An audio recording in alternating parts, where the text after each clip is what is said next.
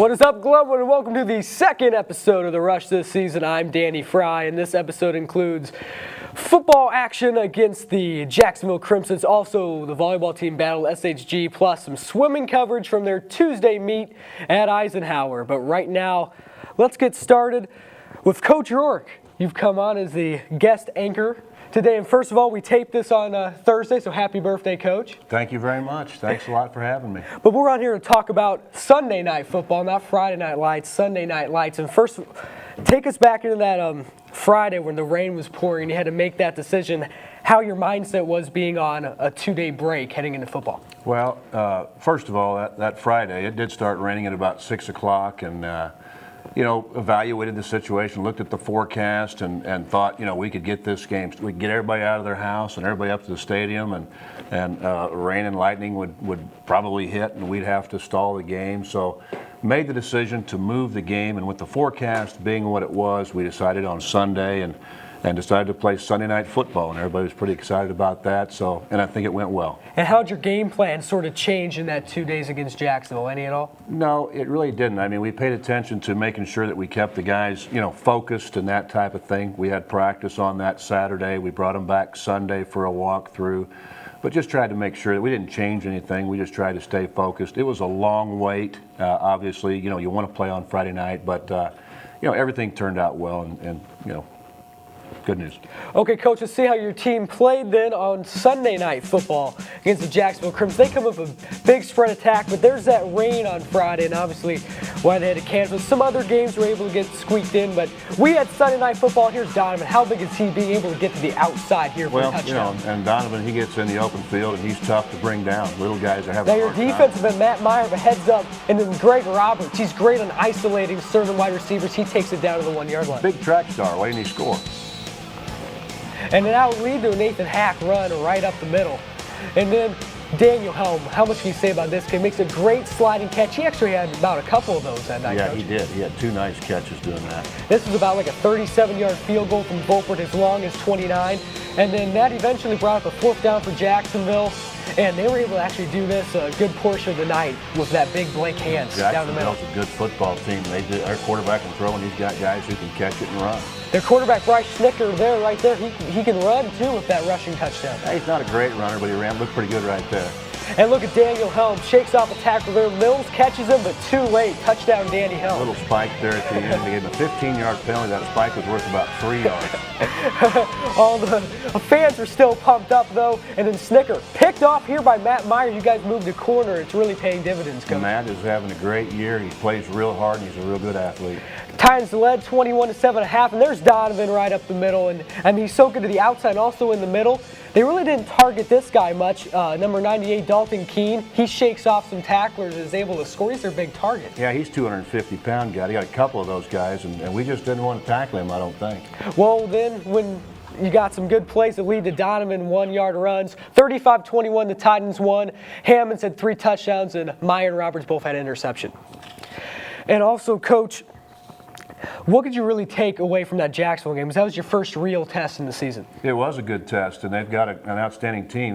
They had three guys on their team that were on their sprint relay last year that won the track sprint relay, and they're very fast. And they have those 2 big receivers and a good quarterback who can throw. And for our defense to step up and do the things that they did, and our offense to be able to move the ball and win that ball game, it was a good day for the Titans. Okay, thanks, Coach. We'll see you.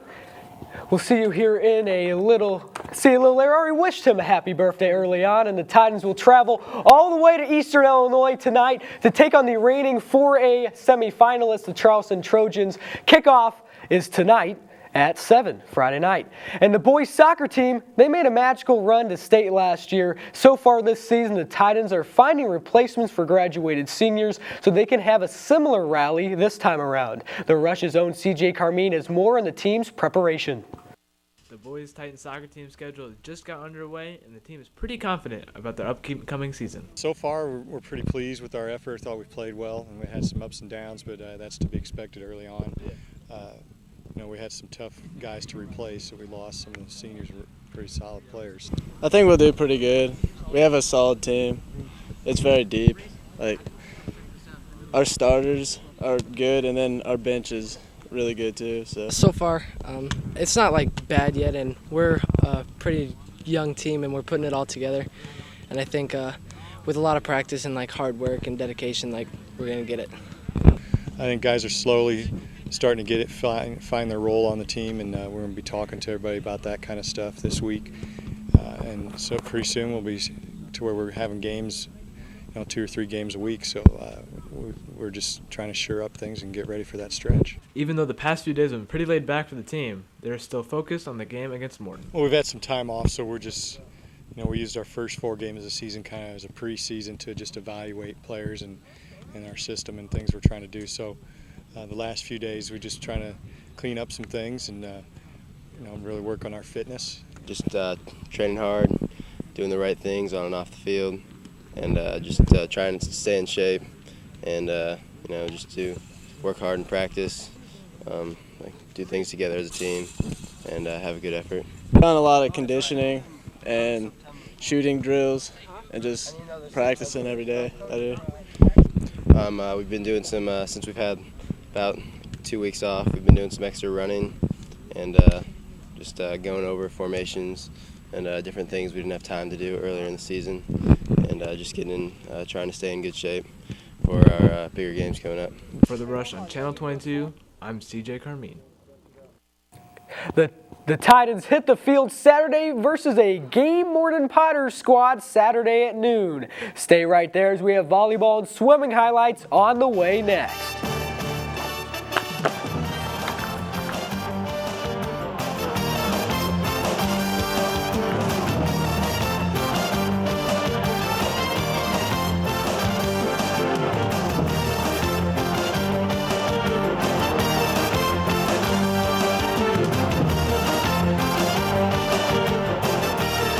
Breakfast is ready. Eat up. Your friend's gonna be here pretty soon. I'll be there in a second. Have a great day. My friend's here, I'm leaving. Be safe. Come home right after school. Alright, see ya.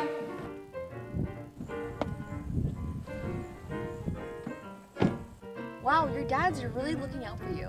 That's not my dad. That's my family's financial advisor, Mr. Sullivan. Sullivan Financial, looking out for your investments and your family.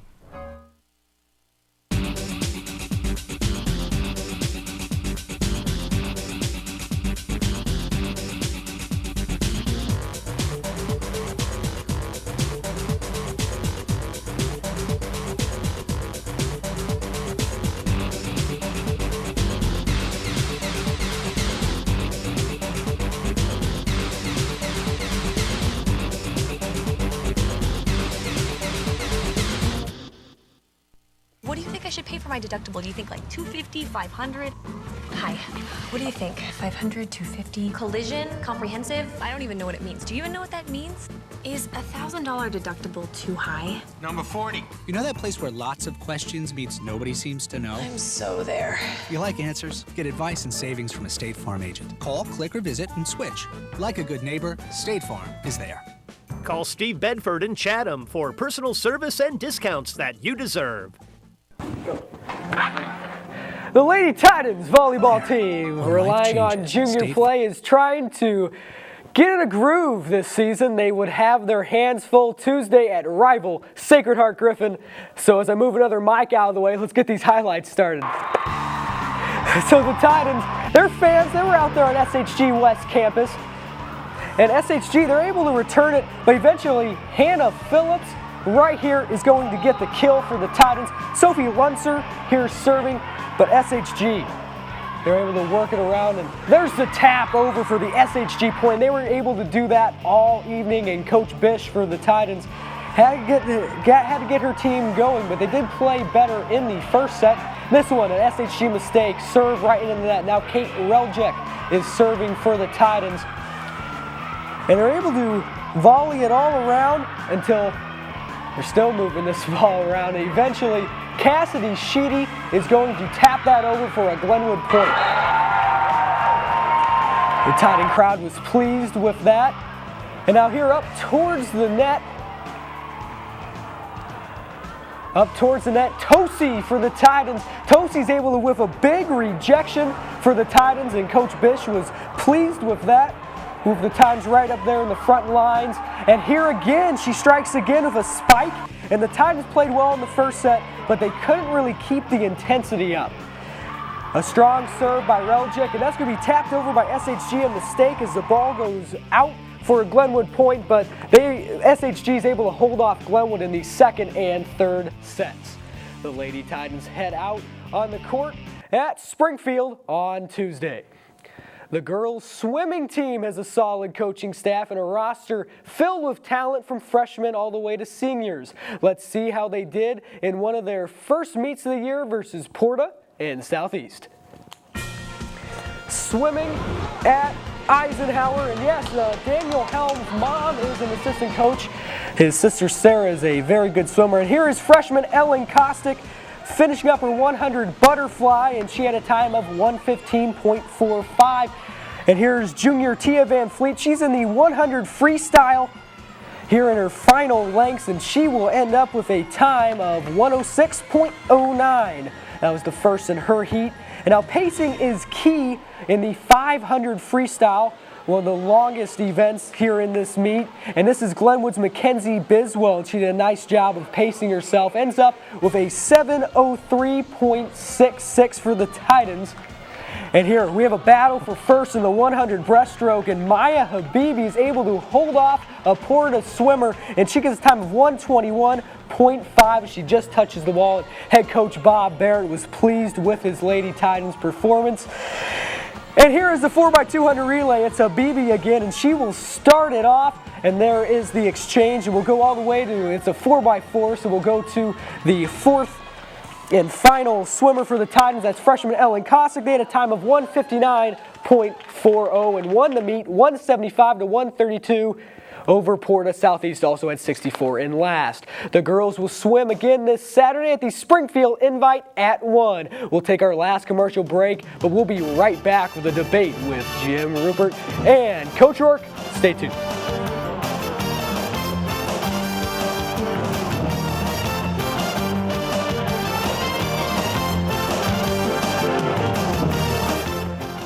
Farm is there to help you plan ahead and protect what matters most. Talk to an agent today. Like a good neighbor, State Farm is there. Call Steve Bedford in Chatham for personal service and discounts that you deserve.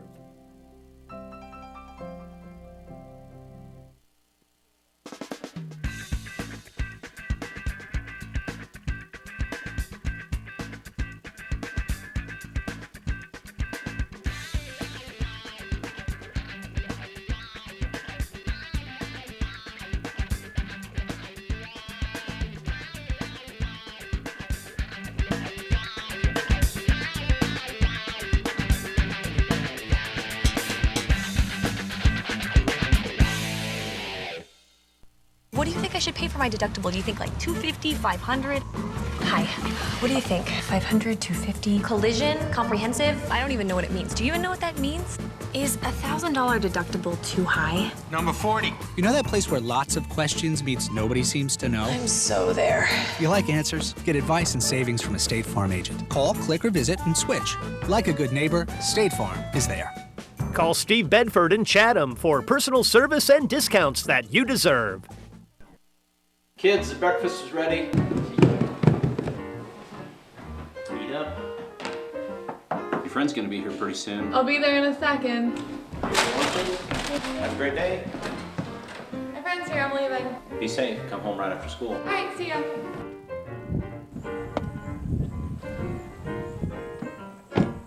Wow, your dads are really looking out for you. That's not my dad. That's my family's financial advisor, Mr. Sullivan. Sullivan Financial, looking out for your investments and your family.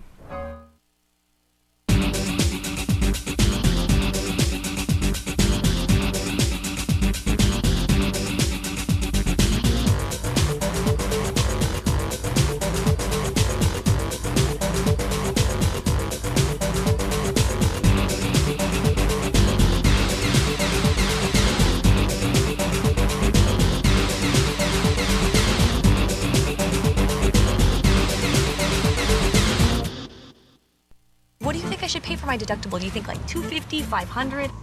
Hi, Hi, what do you think? 500, 250? Collision? Comprehensive? I don't even know what it means. Do you even know what that means? Is $1,000 deductible too high? Number 40. You know that place where lots of questions means nobody seems to know? I'm so there. If you like answers, get advice and savings from a State Farm agent. Call, click, or visit and switch. Like a good neighbor, State Farm is there. Call Steve Bedford in Chatham for personal service and discounts that you deserve. Welcome back to The Rush. We have the weekly debate here with Coach Rourke's back, and also we have SJR sports editor Jim Rupert joining us again. Thanks for coming on. Oh, glad to be here, Danny. Thank you. Happy birthday, Coach Rourke. Thanks, Jim. I appreciate it. 60 is a tough age. Yeah, it is a tough age. Age got out there. Better than me. And me. So now let's get into the real debate here. Which MLB team will make a Cardinals-like run this season? And Coach Rourke, we'll start with you. Well, I'm gonna start by telling you I haven't watched baseball probably in about a month, but I think the Cardinals could do it again. Now their team, I think, and I don't know if it's a mad rush or anything, but I think Washington might be a team to keep an eye on. Jason Worth, you know, he's got a great education here from Glenwood High School. He's just come back from an injury, too. He's starting to hit well. He's starting to play. So those are the two that I'm going to say. That Eastern Division race is really wide open with Baltimore and the Yankees and Tampa Bay. I think whichever one of those gets hot and wins that division could make a Cardinals run. But Coach Rourke told me he was going to agree with everything I said. I think the Cardinals are the team you got to watch out for. Chris Carpenter comes back, and Wainwright gets better. Lance Lynn has struggled a little bit, but what a great lineup they have. They got to find a shortstop. Well, they can even move Lynn to the bullpen. It seems like he can be more effective there. And that Joe Kelly's doing a pretty bang-up job. Watch out for the new kid, Shelby Miller, that came up. Pitching and hitting with runners in scoring position has killed the Cardinals. This is mainly relief pitching. It hasn't killed them, Danny. They have the best batting average, and they've scored the most runs in baseball. It's not killing them. Well, yeah, speaking to the Cubs fan, I'm sorry. All right. Nail me on that one. We'll move to who are your teams? The NFL season just started yesterday. Cowboys winning now. Who are your teams to watch in the NFL this season? Well, you know, I thought those two teams last night, Dallas Cowboys and the New York Giants, are going to be two teams that could possibly be there. I'm an old Cowboy fan. I came from the Dallas area when I moved here, and I just think it's been such a long time. And a lot of heat on Tony Romo. He's going to have to step up and do some things. But I thought defensively they played great. And I'm also going to say the New York Giants as a team who a lot of times gets beaten in the regular season and loses games that they should win, and then wins games that maybe they shouldn't win. So, Super Bowl. And when they get into the playoffs, I think that they could be tough. It's a long way off, but those two teams I liked last night. Yeah, and the Cowboys, it seems like every year, this is their year, and maybe it is actually this year. I'm not going to say that. Jerry Jones will figure out a way to screw that up, but if he doesn't, I think they got a shot. Every year is the Cowboys' year, apparently. Patriots have one of the greatest coaches ever in the history of football. They've got one of the greatest quarterbacks ever to play the game, and they've got one of the easiest schedules of anybody in football. So I think the Patriots have a chance maybe to be an undefeated team this year. I think that the Philadelphia Eagles were the dream team a year ago. They brought in all those great players. They got rid of the guy with the big mouth, Vince Young, who said they were the dream team. I think they've got something to prove this year. And I think the Green Bay Packers are a team that really have something to prove, not winning a game in the postseason to go on. And they've got a great player there. They've got Cedric Benson, their running game, great receivers. So I think those three, the Patriots, the Eagles, and the Packers, are teams that have a great chance to make some waves in the NFL. And the Patriots just have a lot of weapons. They got all the tight ends, and then they just added Brandon Lloyd, who's always great under Josh McDaniels. So, I mean, definitely the Patriots are always going to be up there to talk about. And that leads us to something that happened over the offseason, of course, Bounty Gate. And Sean Payton, he appealed it, but he is out the whole year. How do you think the Saints will perform without him? First, you coach. You know, I just wonder how a team, and I'd like to ask my own players, how would they be affected if their head coach wasn't there? You know, who knows? Chatham Glenwood, we might have 4 or 5 more state championships if they'd not had, just let those guys go out there and play. I don't know how much it's going to affect them. I mean, you got to have your leader out there and the guy who's putting it all together. Somebody's going to serve in that role, but Sean Payton, I think, is a great coach, and they're going to miss him. Who down to you? They've got Drew Brees, and Drew Brees is a coach on the field. Drew Brees runs that offense, and it's right at his fingertips. I think it's going to be unsettling because of what they went through. Joe Vitt gets named, but he's got to sit out the first 6 or 8 games. Now they've got a third head coach. They go through through training camp with one guy. I think it's going to be unsettling, but I think once they start playing games, once Drew Brees gets in a groove and throws for 5,000 more yards, hits his tight end and hits his good wide receivers, I think the Saints are going to be okay, and I think they're going to be a contender. Yeah, how lucky are you to have Drew Brees? I mean, the closest to a coach on the field, so the Saints have a pretty good situation there. And now we'll go to my team, the Bears. And did they answer enough offseason questions? You had the O-line, you had receivers, which they got Brandon Marshall. What did you think, Coach? I don't know if you can answer any question in a preseason, really. I mean, you're trying to figure out who's going to make your team. You're wanting to make sure that people are in tempo, but until you get to the season, you really don't have any of those answers taken care of. And I really don't know if they've answered anything other than they've got their roster put together and they're ready for the season. On paper, strong receivers with the addition of Brandon Marshall. Michael Bush in the backfield gives them some depth in the backfield position, but you got to protect the quarterback. If the quarterback's flat on his back 8-10 times a game, you're not doing yourself any good. They didn't address anything on the offensive line. The #1 pick from last year, Gabe Karimi, who was playing a right tackle, he got injured early in the season. They still don't know if he's healthy. They still have a lot of questions on the offensive line. They're always able, Mike Tice, the offensive line coach, is now the offensive coordinator. They're able to put the stuff together for a while, but if Cutler gets hurt, they're in big trouble. They're better off with Jason Campbell as a backup, but I don't think they addressed one of their biggest needs, and they're also getting older, Danny. They've got Brian Urlacher, who missed all the preseason. Now he's ready to go. Julius Peppers is getting older. They got some age on that defense. Yeah, Urlacher, the whole mystery with the knee and what happened. I just don't see him performing because he just had surgery, too, and just performing well. And then, but Brandon Marshall, finally they have one target, but you have to have O-line so Cutler can go and get him the ball. Now we're going to go from the NFL to college football. Now, who's a sleeper that right now is in the top 25 mix and kind of not in the big radar? Well, again, I'm going to have to tell you, I don't watch much of college football or NFL football during the high school season, but I'm going to say that the sleeper is the Big Ten this year. Anybody and everybody in the Big Ten, or everybody who's outside of the SEC. I mean, that conference is so outstanding and so good. And I know that there are some other teams that are going to contend, but with the USC and but I don't think they can go to a bowl game this year, can they? Yeah, they can this year. They can go to a bowl. This is the first year they're back. Okay, so it's going to be very interesting, but I think anybody, I think they do a pretty good job right now of selecting those teams, and again, I'd say if anybody in the Big Ten can compete at the end of the year, I'm going to be surprised, and they're going to be my sleeper. The Oregon Ducks. First 7 times they had the ball against a really good Arkansas State team. Won 10 games last year. Oregon scored 7 times, no drive longer than 3 minutes. Fastest team in America. They're playing in the shadow of USC with Barkley and all the Heisman candidates that they have, the transfer from Penn State. I think the Oregon Ducks are really somebody to watch. I think Ohio State, Urban Meyer's going to put a chip on Ohio State's shoulder. They can't go to a bowl game this year. They can't really prove it in the end, but I think that they're going to have, it's going to be an us against them mentality for Ohio State, and I think Urban Meyer's going to make great progress and turn that program around. Now I wonder, does USC play Oregon Yes, they this do. year? Then that's definitely a game you have to circle to try and fit into busy high school football coaching. You bet. I will catch that one. But that really sounds like it would be a barn burner.